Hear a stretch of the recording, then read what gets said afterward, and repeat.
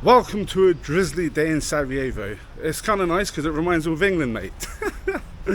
Alright, so today's mission, what we're going to do, it's Friday, so I'm going to go to the barber shop, have a little trim and like shave on my head and that, and then afterwards I'm going to go to the masjid to do Jummah namaz, and from there I'll head off to the cemetery. From the cemetery I'm going to do a little talk about like the Bosnian War and everything, and then I'm going to go up to the Yellow Fortress, and from there we'll see what happens. So I briefly mentioned it in my previous videos like regarding the war, but I didn't really go too much into it, but today I'll speak more about it.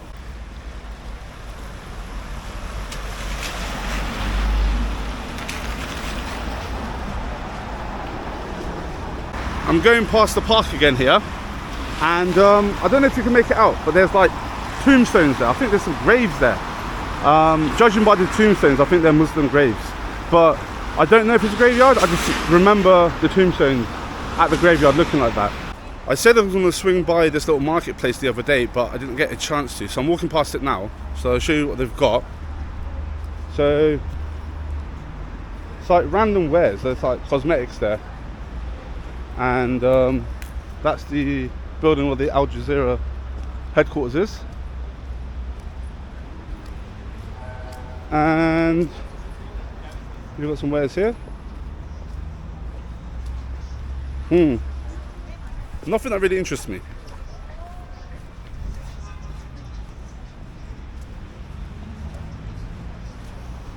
Just got into the city centre, but I thought I'd show you the Ferhadija Mosque, I think it's called.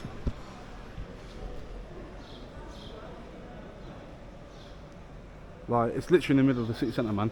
But what I'll do as well, you can pause here if you want to read a bit more about it.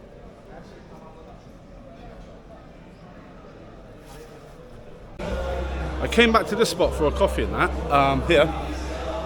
And I thought I'd go check out upstairs because I didn't see it properly when I was walking around, didn't I? And when I got there, I saw some cats, so I thought I'd record it. And they started fighting, so luckily I got it on footage, but I didn't actually catch up my camera. I got it on my phone, so the next clip will be in like vertical. No matter what country I go to, I always find cats. Oi, stop fighting. What's wrong with you lot? Oi, stop it. Stop fighting, man. What's wrong with you lot? Relax. Calm down, bro.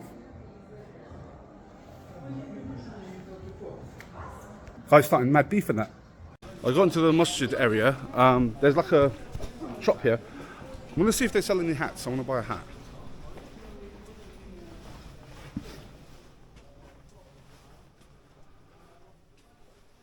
Let's see.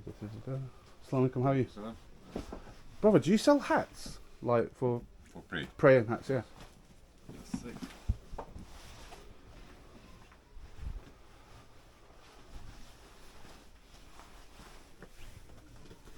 Do you have anything, is there anything that's like Bosnian style? Is there nothing like that? Just normal prayer hats, yeah? Disaster, so my head's too big. There's no hat that fits my head.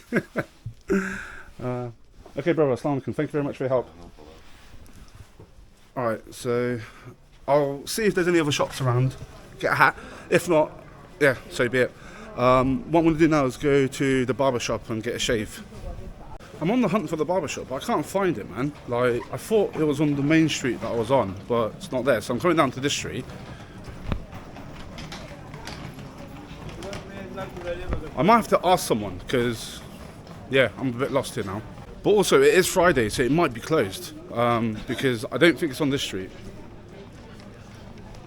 You know what? I'm starting to get hungry, so I'm going to get food, and then I'll see if I find the barber shop after that. This is the spot I came to last time. The food is actually really good, so let's see what's on the menu today. Queuing up, but I was in the wrong queue. I have to queue up an English-speaking queue. Oh my god. May I get a plate of the mashed potato with a... Is this like a stew? Or is that beef stew? Can I have some of the beef stew with the mashed potato? And what is this? Is this kebab or like... Beef meat. Any vegetable inside or? Some seasoning, okay. Can I have one of those as well? Yeah. And Can you recommend something else to try? You had pepper. I had pepper like yesterday, yeah. Have you tried? No, I haven't, so go for that one? Yeah? Yeah, thank you. We've got some mashed potato going on there. And then we're getting some beef stew. But they're gonna finesse the mashed potato first.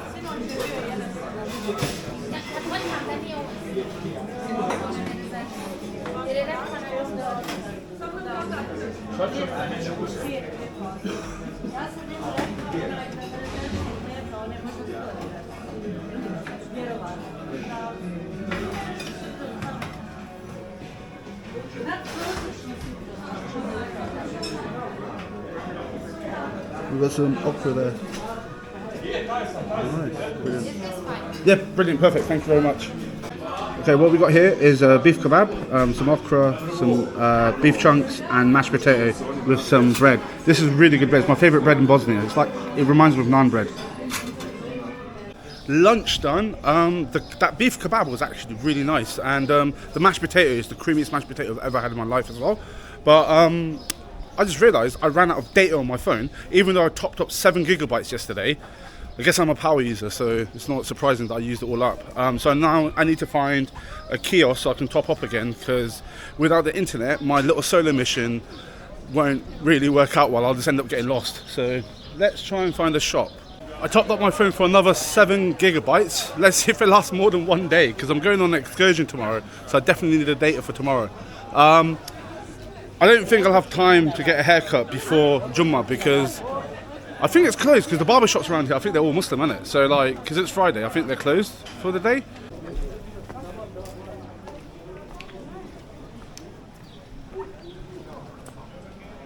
Got into the masjid, so I need to do wuzu first, and then I'll head in. I'm gonna do wudu here, just need to find a spot.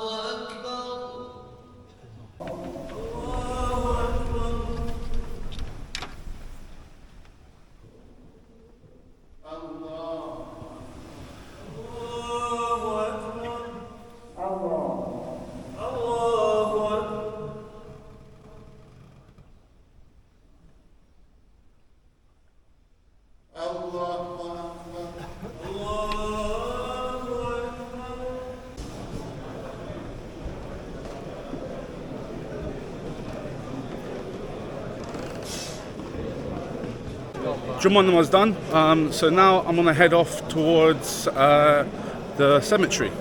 Just going up the hill to get to the cemetery. It's not that steep, but still quite an incline. Just made it to the cemetery. So this cemetery here, as you can see, there's thousands of graves. They are personnel from the Yugoslav/Bosnian War, as well as a lot of civilians. The former president is also buried here because he wanted to be buried with the martyrs, is what they're known here. You can see top of the hill, it goes up towards the fortress. The graves go on for as far as the eye can see, essentially. I should also mention the massacre at Srebrenica as well. So that's not in Sarajevo. Srebrenica is another town like further to the east, and essentially the Serbs gathered 8,000 Muslim boys and men and killed them in 1 day. We know 8,000 boys and men were murdered that day, but also as well a lot of the bodies weren't recovered. People still don't know if their loved ones were killed or not, because the bodies were never found, and they're still uncovering bodies like to this day, even 30 years after the conflict. A common sight around these graveyards are cats as well. So cats usually wander around these places. What up, family? Bless. Safe.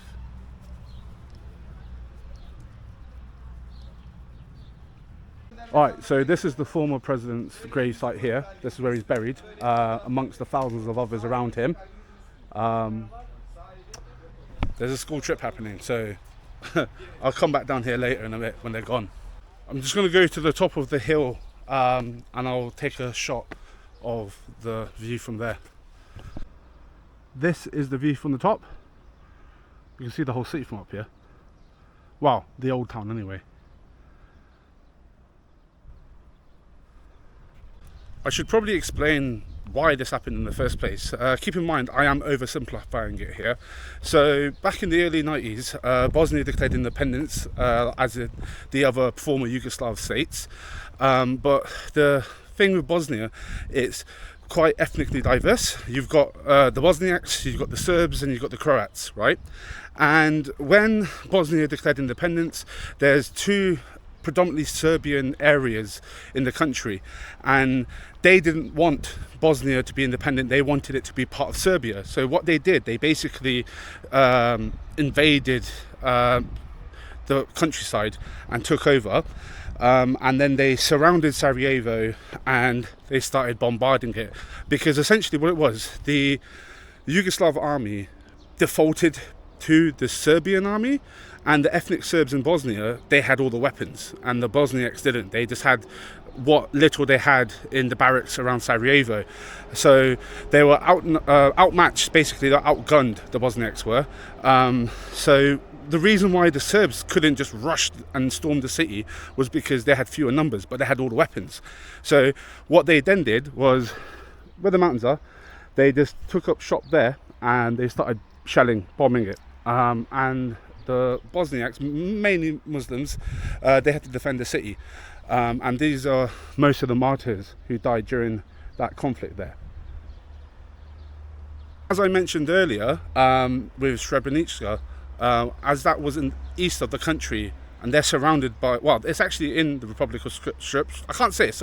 It's like a word that has no vowels, so I can't pronounce it.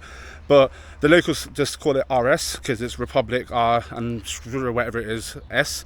But again, in Srebrenica, the Muslims didn't have the defence, so they literally just got rounded up and executed. So yeah, even to this day, 30 years after the war, well, the armistice, the agreement to end the war, the Republic of Srpska, RS I'll call it, they don't fly the Bosnian flag, they fly the Serbian flag, right? And they just only use the Cyrillic alphabet, whereas Bosnia uses both the Latin and Cyrillic alphabet, because it's still very mixed here. You've got Croats, you've got Bosniaks, and you've got Serbs. I spoke to a random guy at the shisha bar, right? And he was explaining to me, he's ethnically Bosniak, right? And he was saying, basically, although the war happened 30 years ago, the tensions are still here. It's still very, like, hard for them. So, like, for example, him being a Bosniak, he can't go to RS, and also he can't go to the rural parts because they'll see him as a Bosniak, and it's how can I say, it's sectarianism, that's the word. So he can't go there, but me as a tourist, I can go there, there's no problem. But him being in his own country, he can't even go to other parts of his own country. He said in Sarajevo he's safe because, you know, it's all mixed and everything. And I was just like, yeah, I heard in Mostar, that's where I'm going next. I heard it's like a similar situation where, like, one part of the city is, like, you know, Bosnians, and the other part is like Croats or Serbians or something. And he goes, yeah. Basically, if he went to Mostar, he's safe in the east side of the city because that's the Muslim quarter, isn't it? But he personally can't go over to the west side because that's where the ops are, essentially. But me being like a tourist, he said I'm okay to go there, there's no problem, no one's going to say anything to me, but he can't go personally. And he also said, like, rural parts he can't go to. He said there's a lot of towns he can't go to either because again, they're majority Serbs, and he doesn't feel safe there. And also he said he might get attacked there as well. But there's a lot of tension here. There's a lot of high tension here, man. Now I'll be heading up to the Yellow Fortress. I just made it to the Yellow Fortress. Do you want to see it? So this is the view from the top, man. Like, I went up to the mountain up there yesterday. And then you got, like, Old Town over there, and it sprawls out. That's like this, you know, business district, etc., where, you know, the tall buildings are. There's another cat on top of the mountain here. Hello, mate. You right? What are you saying, blood? You bless.